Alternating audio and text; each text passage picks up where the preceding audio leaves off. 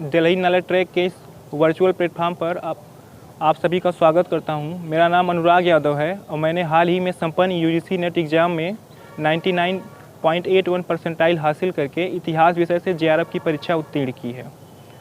आज दिल्ली नाला ट्रैक के माध्यम से किस प्रकार मैंने यूजीसी नेट एग्ज़ाम की तैयारी की है, उस सभी रणनीतियों को मैं आप सबसे शेयर करना चाहता हूं। सबसे पहले मैं अपना संक्षिप्त परिचय दूंगा। मैं उत्तर प्रदेश के आजमगढ़ जनपद का निवासी हूं। प्रारंभिक शिक्षा गांव के स्कूल से पूर्ण की है और मैंने अपना high school intermediate children college Azamgarh से पूरा किया है। मैंने अपना स्नातक काशी हिंदू विश्वविद्यालय से इतिहास विषय में पूरा किया है और मैंने अपने परास्नातक की degree doctor Ram Manohar Lohia Awadh university Faizabad से हासिल की है। जैसा कि आप सभी जानते हैं कि इस एग्ज़ाम में 2 प्रश्न पत्र होते हैं। एक सभी के लिए कंपलसरी होता है, दूसरा आपके सब्जेक्ट का होता है। तो सबसे पहले हम बात करेंगे प्रथम प्रश्न पत्र की। प्रथम प्रश्न पत्र में 10 यूनिट होते हैं। प्रत्येक यूनिट से 5-5 क्वेश्चन आपसे पूछा जाएगा। तो पहले यूनिट में होगा आपका टीचिंग एप्टीट्यूड, दूसरे यूनिट में आपका होगा रिसर्च एप्टीट्यूड, तीसरे में होगा कम्युनिकेशन, इसी प्रकार आगे होगा कम्प्रीहेंशन, फिर होगा आपका मैथमेटिकल रीजनिंग, फिर लॉजिकल रीजनिंग, फिर आईसीटी, फिर इन्वायरमेंट, फिर हायर एजुकेशन सिस्टम। तो सबसे पहले हम बात करेंगे डाटा इंटरप्रिटेशन की। तो डाटा इंटरप्रिटेशन के लिए हमने क्या किया था कि प्रीवियस ईयर लगभग 10 साल के प्रीवियस ईयर के क्वेश्चन पेपर को हल कर लिया था। इसमें 5-6 प्रकार के क्वेश्चन हमेशा वही आगे पीछे करके देता रहता है। तो अगर आप केवल प्रीवियस ईयर के क्वेश्चन ही हल करके जाएंगे तो आप इसको आसानी से टैकल कर सकते हैं। दूसरे नंबर पर हम बात करेंगे कम्प्रीहेंशन की। तो कम्प्रीहेंशन के लिए आप सभी लोग संपादकीय पढ़ते हैं, तो उसी प्रकार ये भी आसानी से टैकल हो जाएगा। बस संपादकीय जो भी पढ़ते हैं उसी प्रकार एक पैसेज रहेगा, उससे 5 क्वेश्चन पूछा जाएगा, उसी के बेसिस पर रहेगा, आप इसको आसानी से कर सकते हैं। फिर बात करते हैं मैथमेटिकल रीजनिंग और लॉजिकल रीजनिंग की।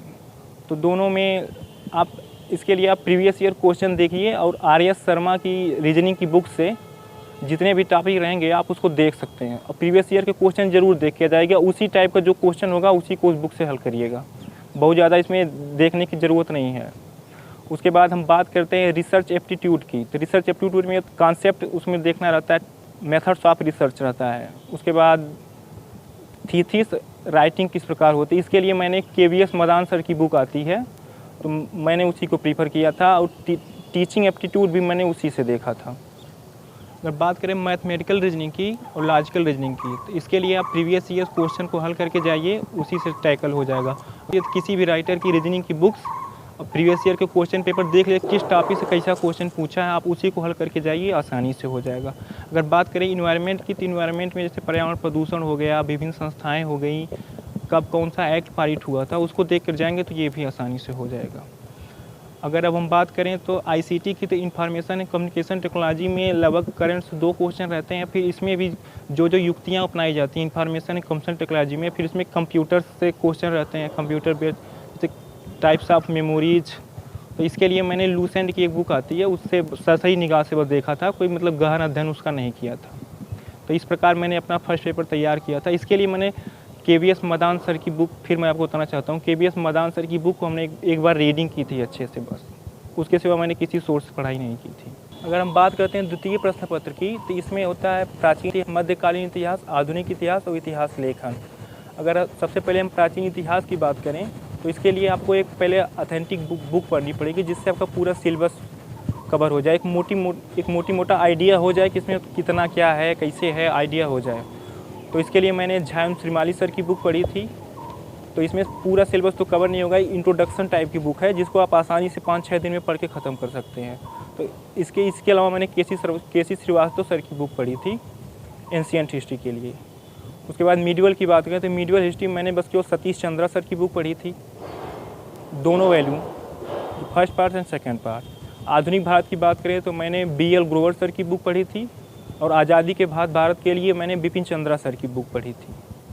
तो ये सारी, और इतिहास लेखन की अगर बात करें तो एक ई श्रीधरन सर की बुक आती है इतिहास लेख करके, तो उससे भी मैंने कुछ चुनिंदा टॉपिक पढ़े थे। आप प्रीवियस ईयर का क्वेश्चन हल करेंगे तो उससे आइडिया लग जाएगा आपको क्या पढ़ना क्या नहीं पढ़ना है। इन सब की बुक्स के अलावा मैंने एक आर्या कंपटीशन करके आती है, आप किरण भी पढ़ सकते हैं, उसमें महत्वपूर्ण तथ्यों का संकलन रहता है, लेकिन आप उसको तभी पढ़ सकते हैं जब आप मतलब आधारभूत किताबें पढ़ चुके हैं। जैसे आप जितनी भी हमने पहले किताबें बताई उसका आप अध्ययन कर चुके हैं। कोई भी आप बुक पढ़ सकते हैं जो आपको अच्छी लगे, एंशिएंट, मिडीवल, मॉडर्न, कोई भी आधारभूत समझ जो विकसित कर सकें वैसी किताबें। मैंने जितनी भी किताबें बताई, इसके अलावा मैंने सभी महत्वपूर्ण तथ्यों को देखने के लिए सरसरी निगाह से तो मैंने आर्या कंपटीशन की बुक पढ़ी थी, जो यहाँ मतलब बुक स्टोर पे अवेलेबल नहीं थी। फ्लिपकार्ट या अमेजन पे आप देख सकते हैं, वहाँ मिल सकती है। इन सब के अलावा आपको ये ध्यान रखना होगा कि आप लोग मॉक टेस्ट दे के जाइए। बहुत से लड़के होते हैं जो ग्रामीण परिवेश के होते हैं, वहाँ जाके पहली बार ही माउस टच करते हैं और उनको टाइम मैनेजमेंट में बहुत ज़्यादा दिक्कत हो जाती है। इसलिए मैं आपसे कहना चाहूँगा कि आपको 3-4 मॉक टेस्ट दे के जाना चाहिए। आप एनटीए की साइट पे जाएंगे, आपको वहाँ पर मॉक टेस्ट मिल जाएगा। और अंत में आप सबसे कहना चाहूँगा कि इस यूजीसी नेट एग्ज़ाम में प्रीवियस ईयर के पेपर्स बहुत ज़्यादा मायने रखते हैं। तो एक इतिहास में एजीबी प्रकाशन की बुक्स आती है, उससे आप प्रीवियस ईयर को अच्छी तरह से लगा के जाइए। आपको आइडिया हो जाए किस पार्ट से कैसा क्वेश्चन आ रहा है, और हर साल लगभग 10-12 क्वेश्चन प्रीवियस ईयर से रहते हैं। तो ये आप ज़रूर देख के जाइए, प्रीवियस ईयर बहुत ज़्यादा इंपॉर्टेंट है इसके लिए। मैं आपसे कहना चाहता हूँ, सकारात्मक लोगों के साथ रहें और अपनी सोच को सकारात्मक रखें। मेरे जीवन में भी कई सकारात्मक लोगों का बहुत सहयोग रहा है, उनसे हमेशा ऊर्जा मिलती रहती है। पापा हों, चाहे हमारे बड़े भैया प्रदीप यादव हों, चाहे हमारे दोस्त जो हों वाजपेयी जी, सतीश जी, दुर्गेश जी, आप हमेशा सकारात्मक लोगों के बीच में रहें और अपने लक्ष्य के प्रति उद्यमशील बने रहें। आपको सफलता एक दिन ज़रूर मिलेगी। हमें हमेशा अपने लक्ष्य के प्रति समर्पित रहना चाहिए।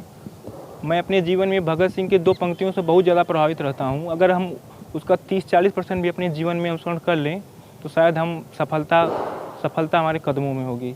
जैसा कि भगत सिंह ने कहा था, मेरे जज्बातों से इस कदर वाकिफ़ है कलम मेरी कि अगर मैं इश्क भी लिखना चाहूँ तो इनकलाब लिखा जाता है। मुझे आशा है कि अभी तक मैंने जो भी इस परीक्षा के विषय में जानकारी शेयर की है, उससे सभी डीकेटी के दर्शक लाभान्वित होंगे। Thank you for watching DKT.